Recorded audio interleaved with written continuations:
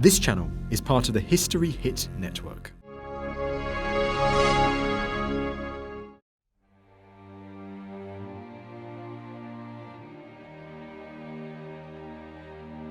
Gotland, 1361. For the inhabitants of the Swedish Isle in the Baltic Sea, everything is about to change. Under the burning July sun, the Gotlanders stand together as one to defend their homes.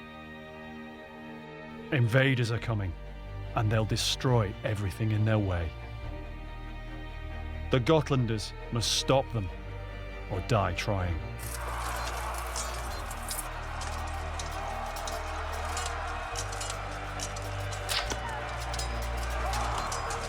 For over 600 years, no one knew for sure what happened that day. Now, archaeologists are uncovering evidence of a desperate battle in the marshes at a place called Mästerby. Having seen their fathers and sons and so on died, everyone panicked and fled. A medieval battle, it's a fight for your life. If you're on the losing side, you're more than likely going to die. You're going to die all over it. The defenders of Mästerby stood alone. The medieval world, the 5th to the 15th century. A team of archaeologists investigates medieval life by exploring the world of the medieval dead. We have a classic view of the storybook medieval life. We don't hear the stories about the common man trying to keep his family alive. In our stores there are hundreds, if not thousands, of skeletons. Archaeologically speaking, we can now focus in on the medieval dead people. You're looking for clues in the skeleton all the time. And you couldn't help almost look through their eyes thinking, what did they see? How did they die?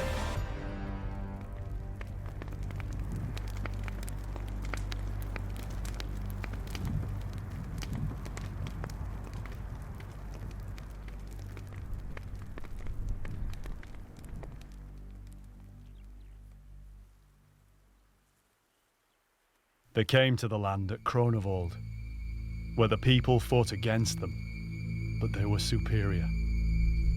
Then they gathered again and fought at Mästerby. The second day, a third battle was fought, and the Gotland militia defeated, the others taken prisoner. They let a stone cross be raised for commemoration.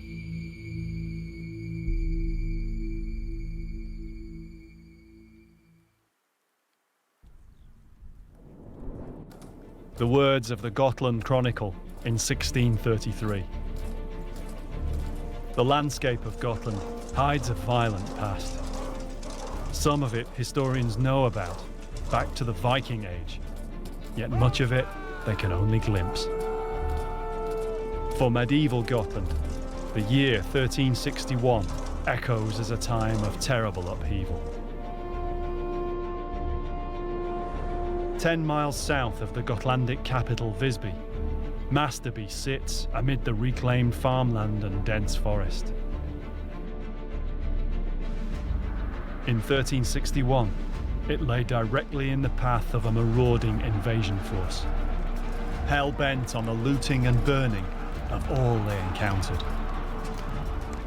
There's no contemporary source that tells of what happened at Mästerby. What we know comes from the Chronicle of Visby in the 17th century. Drawn by the island's reputation as a rich trading place, King Valdemar II of Denmark launched an invasion. His main target was the island's capital, the wealthy trading port of Visby. With its strong walls, it was the envy of all Sweden's rivals in the Baltic.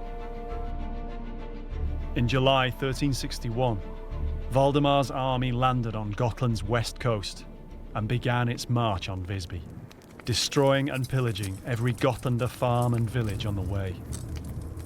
The Visbians, many of whom were foreign merchants, barred their gates to the indigenous farmers and villagers.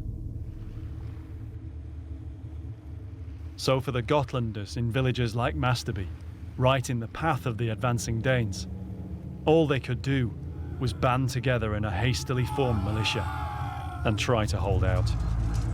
They fought a battle somewhere in the marshes south of Mästerby, astride the main road. But the Danish army, professional soldiers, better equipped and more experienced, broke through and pillaged their way to Visby. They defeated what remained of the Gotland militia in a one-sided final battle. It was a cataclysm. Gotland never recovered. Overnight, its medieval golden age was finished. Times of dramatic change like this form cornerstones in history. It's really good evidence for a massive change on Gotland at that time. There was an invading force being repelled or attempted to be repelled by the locals, by the islanders themselves, and of course they failed. Of course, everything changes from that moment onwards. For archaeologists like Tim Sutherland, Gotland's story is well known. Early in the 20th century, mass graves from Visby were discovered. Hundreds of skeletons and many artifacts and armour betrayed the true scale and horror of 1361. Yet this was just from Visby. For more than 6 centuries, almost nothing was known about the other battles the Gotlanders fought for their island, including the one at Mästerby.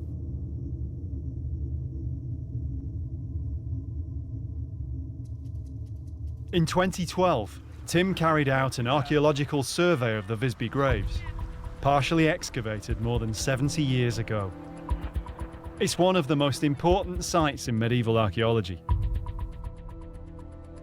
Yet it's now heavily developed, and there's currently little scope for more archaeology there.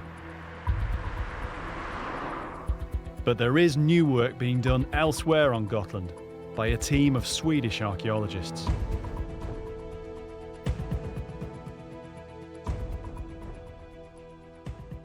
So the chance has arisen whereby there is a potential for finding something on the same island from the same period, killed by the same people, and these other people potentially lie in the ground somewhere outside Visby.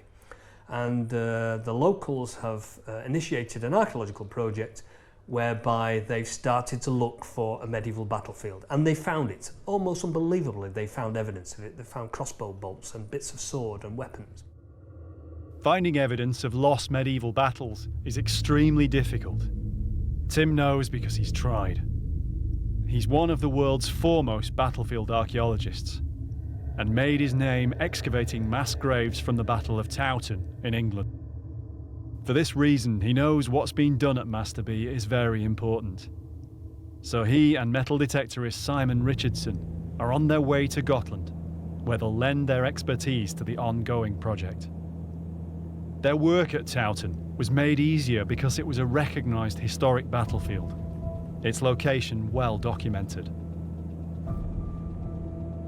For many long years, Mästerby, though, was a lost battlefield, with no contemporary records and only the oral tradition of the locals to keep its memory alive. Yet there is one other clue as to what happened there.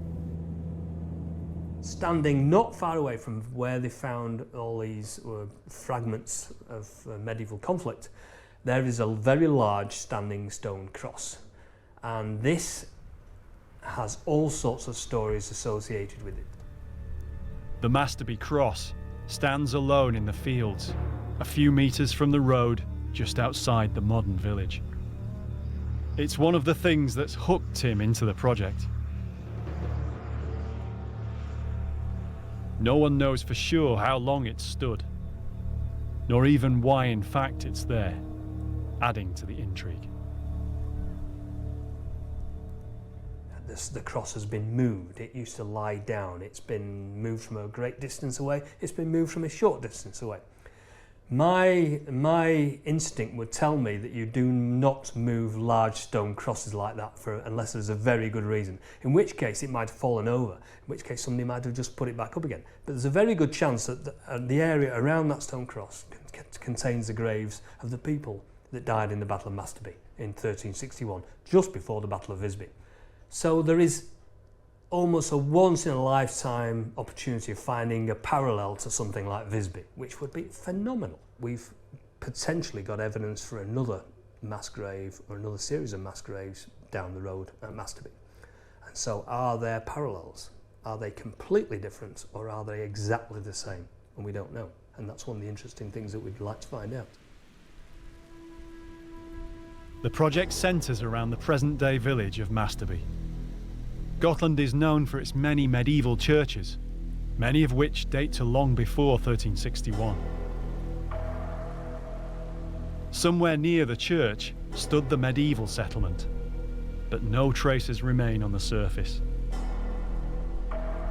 It's an almost entirely local team. Most are amateurs, with some professional archaeologists. They all know the stories of the Gotlanders' battle here, and for the last few years, they've been committed to keeping its memory alive. Maria Lindström is the project leader. She's a professional archaeologist and was born and raised in Mästerby, and so has a strong personal affinity with the story. She wants to find out the real facts to back up what she learned as a child about the people who gave everything to defend the village more than 600 years ago. The first thing they had to do was to verify there was any kind of medieval activity there at all. Each year, they run a metal detecting survey to cover a different area of the grid. Slowly, they're gaining an insight into what happened here in 1361. The most important thing is to trace the actual outline of the battle area, piece by piece, grid by grid. The finds are scattered through the fields, lying for the most part right where they fell in the ground, dropped by a fleeing defender or an advancing invader. Now, more than 600 years later, fellow Gotlanders search for this evidence of their forebears. Simon Richardson's experience helps with this. He's one of the most experienced battlefield metal detectorists in the world. While Simon heads out into the fields with the metal detecting team, Tim prepares for a different kind of survey at the Mästerby Cross. He's joined by Helen Goodchild from the University of York in England. She'll help Tim carry out a remote sensing survey around the area of the cross. The site of the Visby graves was marked by a similar stone cross. No one knows whether there are burials at Mästerby.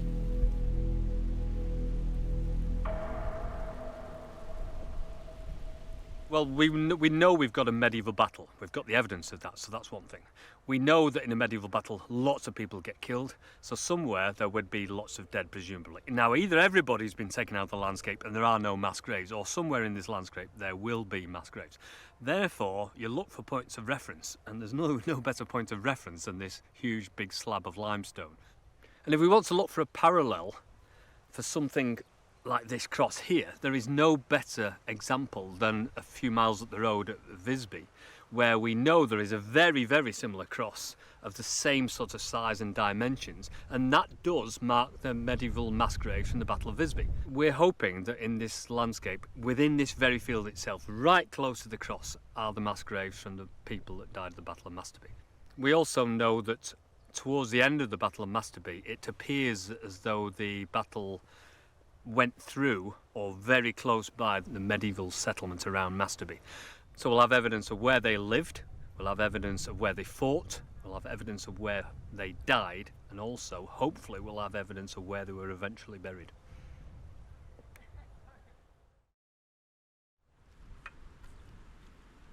Tim and Helen are using a range of techniques to try and detect any graves that might be here.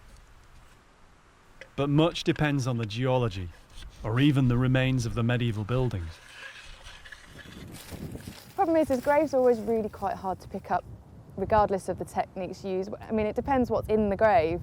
If they're buried with their armour, then we'd expect it to be hugely magnetic.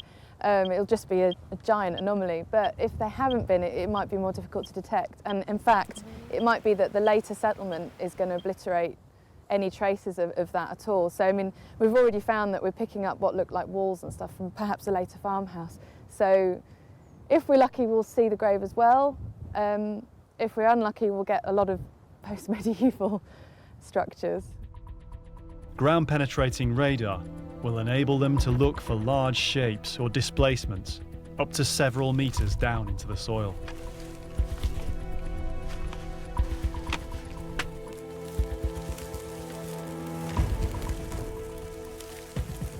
If you imagine a radar in something like a plane or a ship, and it sends a signal out, it's the reflection of that signal off another plane or a piece of land or something, and the ship gets back. So it's a reflected signal that it's recording, and that's what we're doing. So we're sending a signal into the ground, it reflects off something or multiple somethings, and then gets reflected back to the recorder.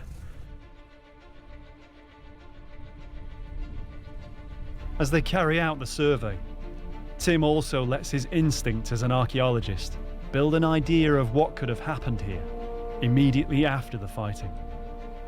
From his experience at other medieval battle sites, he's identified a pattern of events.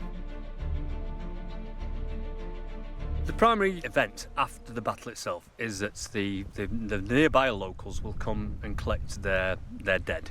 So the members of the family, the wives and the daughters, would come into the landscape and try to identify members of the family and take them away. And then, of course, you get people coming from further afield who have to do exactly the same thing all over Gotland. They will try to come and identify their family members and hopefully take them away as well. Also, you've got people on the battlefield scrounging, looking for items of value. There's lots of activity, and then eventually you are left with a battlefield full of dead that nobody's claimed. And then somebody, sooner or later, will come along, a member of the church, a member of the local aristocracy, and say, right, we'll clear the battlefield. And so anybody that is left will presumably be placed in the mass graves just to clear up. So either the mass graves would be somewhere like a churchyard if there's a very small number of them, or it could be, if there are a large number, they've been in an open piece of landscape where there's a piece of ground that's not under agriculture. At the Gotland's Museum in Visby, Tim and Simon get an idea of the kind of evidence so far discovered from 1361. This is just a small selection of a huge range of artefacts, including armour, weaponry, and human bones. One type of artefact is dominant among the finds made by the Mästerby project so far: crossbow bolts. So far, many have been found, probably shot at Gotlanders by the invaders. Valdemar's army is known to have included German mercenaries, possibly some of whom were crossbowmen. The crossbow was a weapon feared on the medieval battlefield. It required less skill and strength to use than a longbow, and so was seen as a devilish, unfair device. A medieval terror weapon, ideal to break a lightly equipped militia like the Gotlanders and drive them back in panic. This glass case contains essentially the Mästerby collection, and if you can see, these are the classic crossbow bolts, and the second back from the right there is the classic short, stubby but heavy crossbow bolt, and this is from the battlefield at Massacre. So you brought one with you. So essentially it's the same size, shape and weight, because it's not a little bodkin, it's not a very narrow, slender artefact, is it? It's a big, heavy, serious piece of kit. But this is a Mästerby collection, so this has come off the Mästerby battlefield. Yeah. So basically these are crossbow bolts, there's no denying that, is there? Yeah, I mean they're all the standard form, aren't they? But just varying size. So that's important because we're getting continuity now between what is essentially being used across Europe at that time, and we've got them on the Mästerby battlefield and we've got them on the Visby battlefield. So it's all the standard kit around that time. It's a short, stubby head as well. It's not a long, slender, like a bodkin arrowhead. So if it hit you in a piece of flesh, obviously you'd survive, but if that hit you in the face or in the head, it would take you down and you wouldn't bother getting up again. Tim and Simon head out into the field to help with the survey. They soon find it's not a straightforward place to metal detect. It's going really well. It's hard work.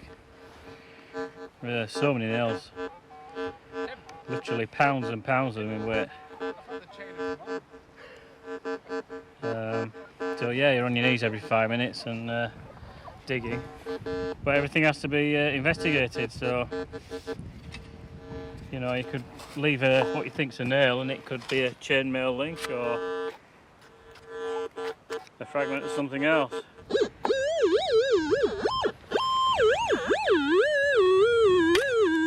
No, it's just a process of elimination. It's a surprise. Yet another nail.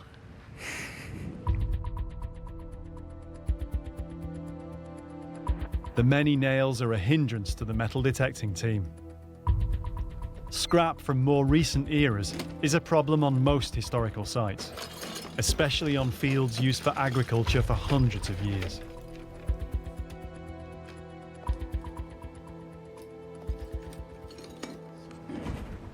This is the kind of thing, well, this is the stuff we've been finding on the battlefield.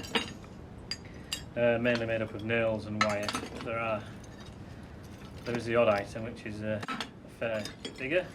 A lot of agricultural stuff. Odd piece of wire. Yeah, I mean, it's frustrating finding this sort of thing, but it's what you have to go through. It's part of the process. You have to remove these items to find, the battle-related things. Yeah, I mean, something like this, looking at the metal, it looks quite old to start with. And maybe initially when it comes out of the ground, you know, it could be mistaken for a part of a knife. On further inspection, it's all it is it's a small adjustable spanner, quite an old one. With all this background noise to search through, Simon needs more than his technical ability. Decades of detecting on medieval battlefields means he too has a strong instinct for where to look. When you're doing these surveys, when you are walking around, you try and imagine the flow of the battle, where the most advantageous place would be to stand your army. And they knew where they were going to attack from. They knew how they could maybe, by looking at the landscape, how they could encircle the enemy, trap them, push them into a narrow place between two woods or into a marsh or against a river. They try and use the landscape to their advantage by looking at it. And I suppose metal detecting is the same, really. You look for the higher ground. Where people would make escape from, away from the rivers, away from the marsh. People maybe made escape plans. I know I would. Yeah, I mean, there've been buildings on this landscape 100 years ago, 200 years ago, 300 years ago, and previous to that, and obviously there's no traces of them. Yeah. So they pull the buildings down, so there's just thousands of nails everywhere, aren't there? Yeah. And they're literally just spread absolutely everywhere. Literally everywhere. Yeah, and they're not just one or two, there are literally thousands. Tens of thousands of these things. I mean, in a week, why? In a week, I bet I found close to 1,000. Yeah. You know, the more bolts, the more distinctive artefacts you can find from the battle, and then plot them. We're just getting this more and more condensed spread of the battlefield archaeology. And we can see that it is actually a battlefield. It's not just a normal piece of land. No, but the area we're moving to in a minute, over there on the rise, that should be quite exciting. Right, because that's on the main route, and it's on higher ground, which will have taken the people fleeing past the marsh. So we're now in the position between the marsh and Mästerby? Yes. Right, excellent. So hopefully we'll get even more evidence of the battle then, as people came away from the marsh and then routed towards the village itself. When the survey switches location, the result is more finds and more crossbow bolts. They're searching directly over the path of the final retreat of the Gotlanders. Beyond them, the only thing standing between the marauding Danish army and Mästerby was the farmstead at Grens, where the cross now stands. So what sort of stuff have you been finding then? Yeah, it's been a really good survey this year. This is what the bolts usually look like. Pretty ugly. Yeah, it doesn't look like a crossbow bolt when you first pick it up, does it? This is a close combat area, but we have a few bolts here as well. But the main battle area is just a couple of 100 meters away. So this was probably shot at a Gotlander fleeing for his life.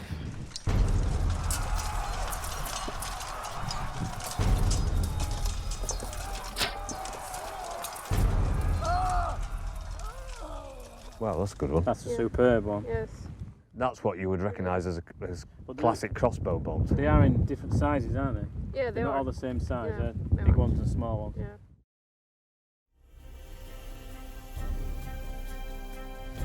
Over the past few years, The surveys have discovered almost 50 bolts like these. All conflict is brutal. People do get killed, and they get killed in horrible ways. In the medieval conflict, you get literally hacked to pieces, or you get these big lumps of iron, these iron crossbow bolts through your skull or through your spine or through a joint in a limb. You can just imagine the people so frightened, so afraid, you know, these brothers and fathers and fighting together, you know, seeing the friends, the neighbours, the family killed in terrible ways, and all they really want to do is to protect their community. And you get this invading army coming in, you know, who just want to take it away, and they'll take it away in any way they can. And they're totally afraid, and all they want to do is get away, get back to their homes, which here they more than likely died defending anyway. A medieval battle, it's a fight for your life, literally. You win, your side wins and you survive, great. If you're on the losing side, you're more than likely going to die, and you're going to die a horrible death. The bolts are a grim reminder of what must have been a terrifying experience. To be pursued across the marsh, under fire. With Simon's help though, this year's survey has uncovered many other important finds. Some of them could relate to the fight the Gotlanders put up against the Danish and mercenaries. This is a really interesting find that we made yesterday. It looks like the pommel of a sword. This is the upper part of the sword. These fragments are extremely rare, and further evidence of the medieval battle which unfolded across these fields. Here you have the cross guard and the rest of the sword down here. In all, I think this is a second pommel we have. I think most of the swords were taken away by the survivors, so it's really rare to find swords like this. And here we have a buckle. I think it fits in perfectly with a picture of 1361. There are quite a few parallels of that from the Visby graves. Yes. But it's quite a broad one, it's quite a broad belt. Yeah. For a heavy belt, is it maybe a sword belt? Yeah, it could be a sword belt or something, yeah. There are also pieces of armour, again extremely rare to find in situ on a battle site. This is a really promising find as well. Might be a lamella. See the holes here. Lamella armour was formed of many overlapping iron scales, or lames. It was a style that dated back to Viking times on Gotland. Well, lamellar armour is armour that is made up of small plates. So what you would do is you would have a series of these next to each other, overlapping each other, all riveted or tied onto something else, and it forms it's almost like a suit of mail, except it's made of plates instead of little tiny rings. So the fact that this has got little holes in it suggests that it might be actually part of an armour. Complete examples were buried on bodies in the Visby graves. But here at Mästerby, the finds are evidence of the armour's use in battle.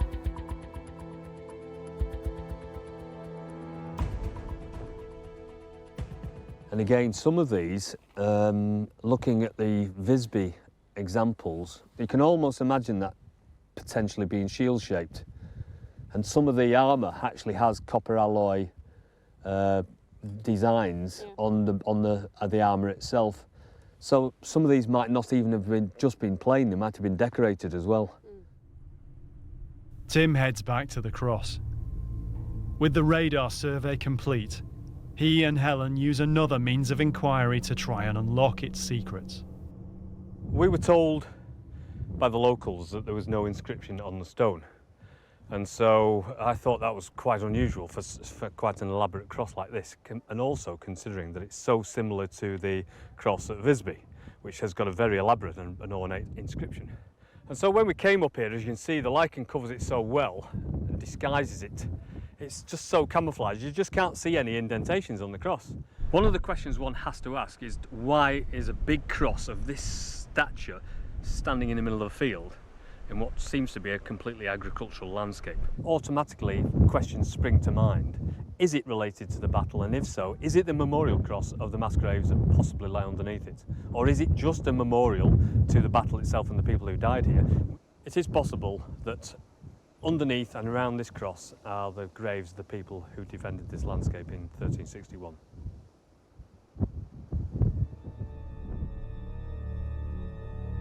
It's possible they might be able to see inscriptions that still remain on the surface of the stone, not visible during daylight hours. All they have to do is wait for darkness. The idea is that we're going to shine a raking light across the surface of the stone. And the reason behind that is that by using a very low light against the surface, it will cast very deep and recognisable shadows. And anything that's an undulation in the surface of the stone and that casts a shadow, we'll be able to record. If we shine it from there, and then what we can do is turn it. Oh, look at that. And remember, we're only doing a quadrant at a time. You can already see all the lettering turning up. Is that an A? Yeah. Oh yeah, that's an A. There's definitely a D there. Yes. Hello. Is that an O? So is that Dominus? Domini? I know Domini. Yes. See, that's what we think it might say then. Wow. And then of course we've got some down here which is incredibly deep already. Oops. You just read inscribed letters that haven't been read out loud for about 700 years. Potentially, yeah. Amazingly, the inscriptions can be made out after centuries, despite the weathering on the cross, out in the open, exposed to the elements. Every single year you get a fraction of a millimetre disappearing because of frost action. So the water will soak into the surface, then it'll freeze, and the surface will just fall off. But it's minute because it's really hard stone. But over the centuries, what was presumably a deep inscription is almost gone.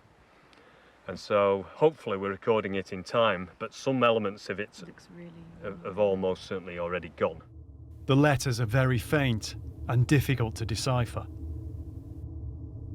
They're a kind of script used across Scandinavia and Europe during the later Middle Ages.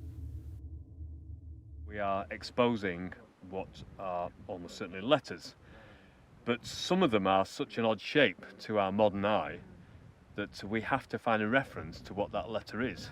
Now, these letters appear to be in the form of what they call black letter, which is a very uniform shape. But what we need to do is to compare known black letters to what these letters are on the inscription. And so we will find some that are nothing like similar. And then we'll find some that are exact replicas, like the letter D. We know that is a black letter, letter D. Yes, I think these dots separate two words. So we have the last letter here, and then the other word starts with an O or a D. That's not a black letter D though. This is a typical black letter D. Yeah. Then it's an O. With a tail on, so it would have to have a tail. Okay, so it's an O then. So it's an O or something similar. Yes. Yeah. And it's very rounded for a black letter.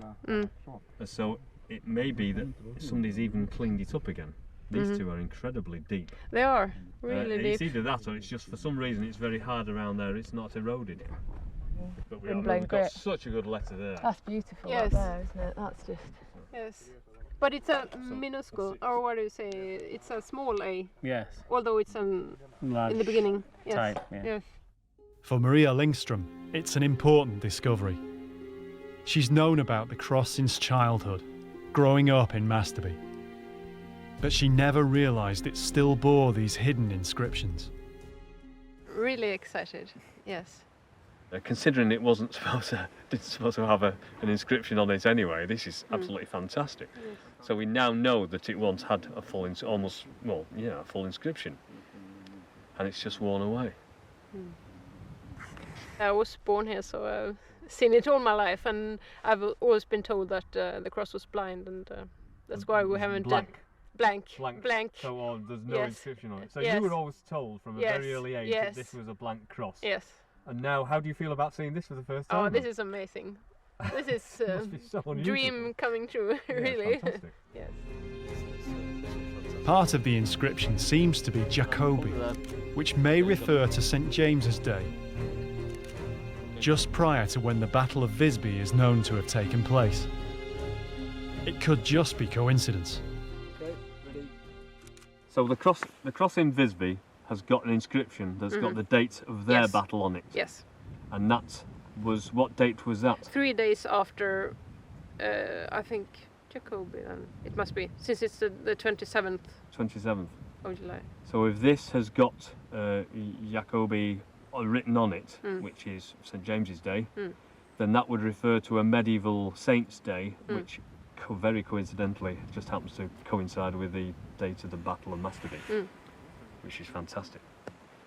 So it does look as though we've got a medieval cross with an inscription on it, which we didn't know existed, and the inscription might just say Jacobi on it for James, St James's Day, which is the date of the Battle of Mästerby.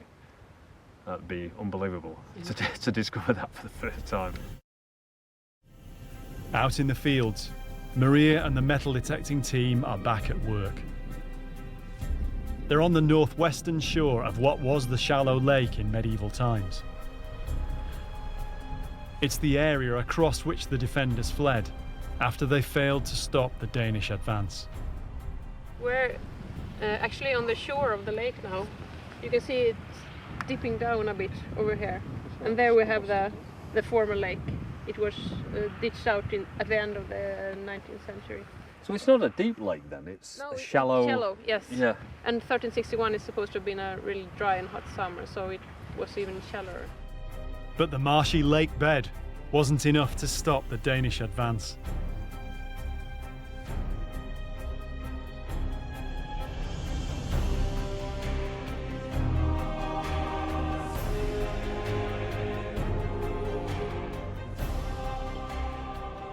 Gotlanders knew if the Danes came over the lake, the battle would be...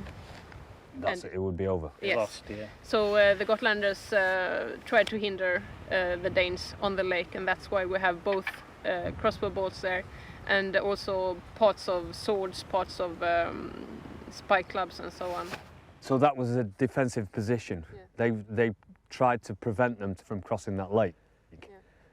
And they failed, obviously. Yeah. In the great scheme of things, this is now becoming almost parallel to the archaeological evidence from the graves at Visby. But it wasn't a proven battlefield until relatively recently. No, not amongst the experts. They said, no, historians said, we don't think there was a battle. But the people here in Mästerby have never doubted there was a battle here. And so what's happening now is the battlefield archaeology is formalising this part of history. And of course now you can rubber stamp it and say there is definite proof of medieval battlefield in this landscape. The weather closes in as this year's survey is almost complete. Just beyond where the team have been working, the land shelves down to where the heaviest part of the fighting probably was. The close combat area.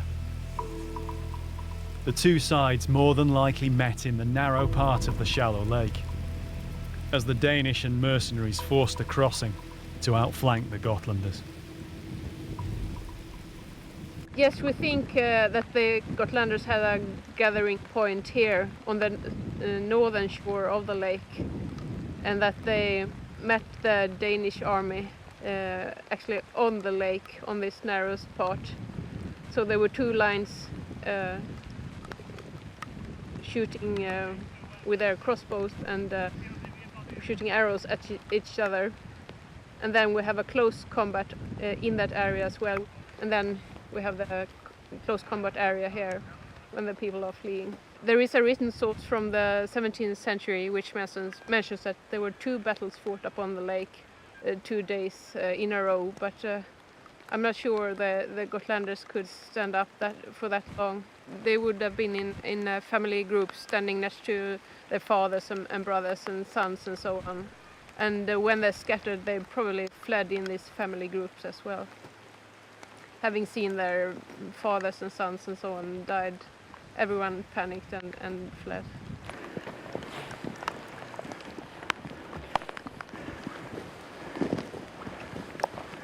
How many battlefields now? How many? Too many to count.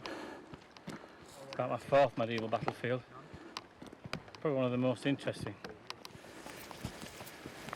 As the team head out of the field for the final time this year, they're following the route the Gotlanders probably took as the survivors fled back to the village. Tim has seen the signs of this kind of panicked rout before, on other sites, other battlefields. Obviously where things aren't is almost as important as where things are, because then you know the shape of the battlefield itself. And there's usually a big block, a mass of artefacts, and then it usually tails off in one direction, you know, either north, south, east or west or whatever. And eventually it just fades away into nothingness. As the people ran away and were either they escaped or they were killed.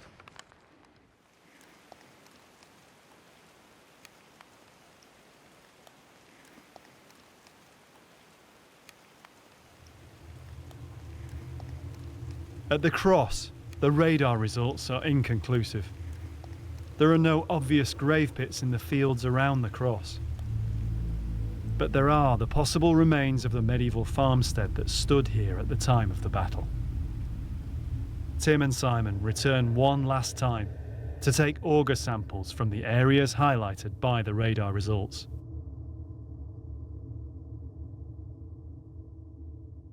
We're augering mainly to look at the subsurface structure of the soil. So we're looking for how deep the topsoil is, and then what the subsoil is made of and how deep it is. That's clean, isn't it? Everybody's telling us that there's nothing here, and until you can prove it, then you just never know. The Mästerby cross binds its secrets tightly.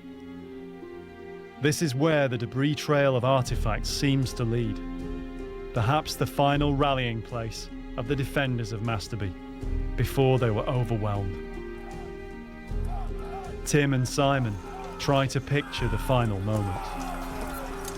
And where, if anywhere near here, the bodies of the fallen Gotlanders lie.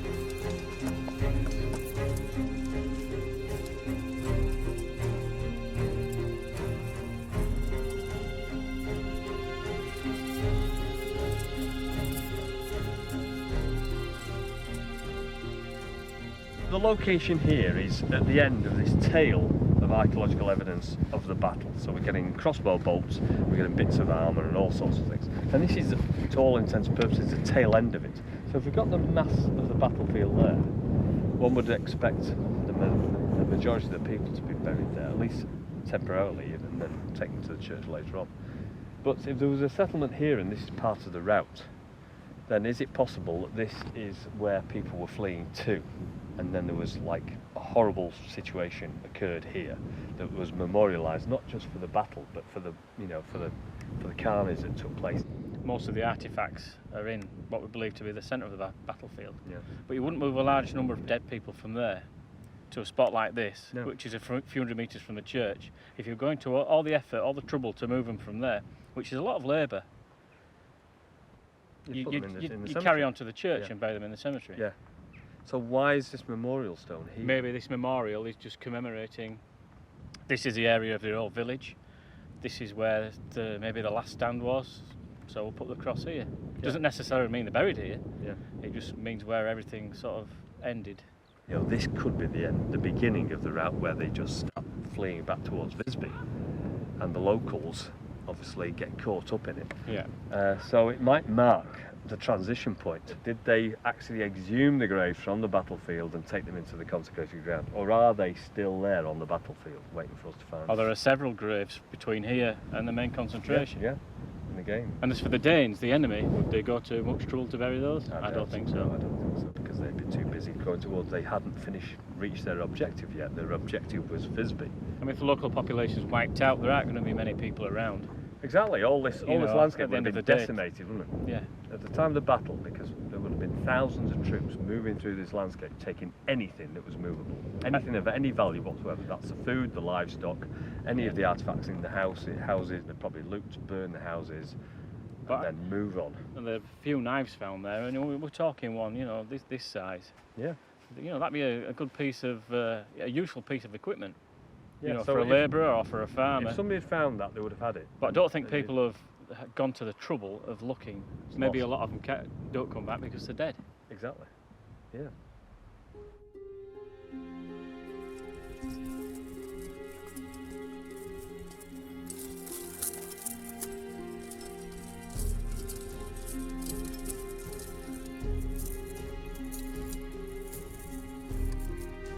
Whatever happened here in the hours and days following the battle, the walled city of Visby capitulated soon after. And with it, the whole of the island fell to Valdemar and the Danes. Though it was regained by Sweden years later, medieval Gotland was never the same again.